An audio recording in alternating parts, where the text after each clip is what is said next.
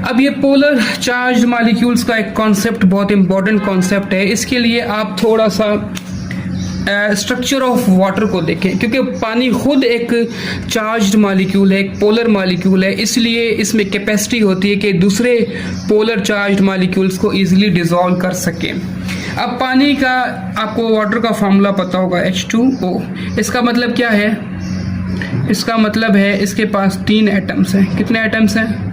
3 atoms हैं। अच्छा, एक ऑक्सीजन, राइट, और 2 हाइड्रोजन।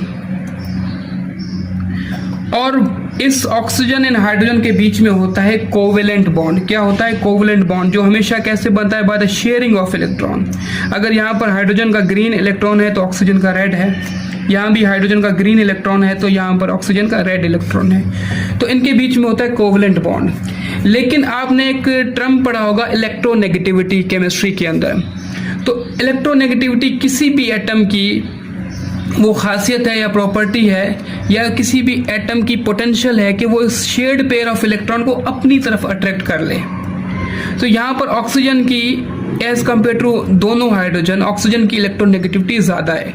तो एज अ रिजल्ट क्या करेगा? ऑक्सीजन इस शेयर्ड पेयर ऑफ इलेक्ट्रॉन को अपनी तरफ ज़्यादा अट्रैक्ट कर लेता है because of due to the high electronegativity value. तो यहाँ पर आप देखोगे कि ऑक्सीजन के करीब इलेक्ट्रॉन्स आ गए। तो आपने पढ़ा होगा जो भी एटम इलेक्ट्रॉन्स देता है उसको हम बोलते हैं, उसके ऊपर आ जाती है स्लाइटली पॉजिटिव चार्ज, और जो इलेक्ट्रॉन्स लेता है उसके ऊपर आ जाती है नेगेटिव चार्ज। पर यहाँ पर कंप्लीट डोनेशन ऑफ इलेक्ट्रॉन नहीं हुई, जो कि आयनिक कंपाउंड्स में, आयनिक बॉन्ड में होती है। यहाँ पर स्टिल शेयरिंग ऑफ इलेक्ट्रॉन है। तो इसलिए चार्जेस क्या होंगी? पार्शियल। पार्शियल का मतलब है not completely charged but partial charges, temporary charges.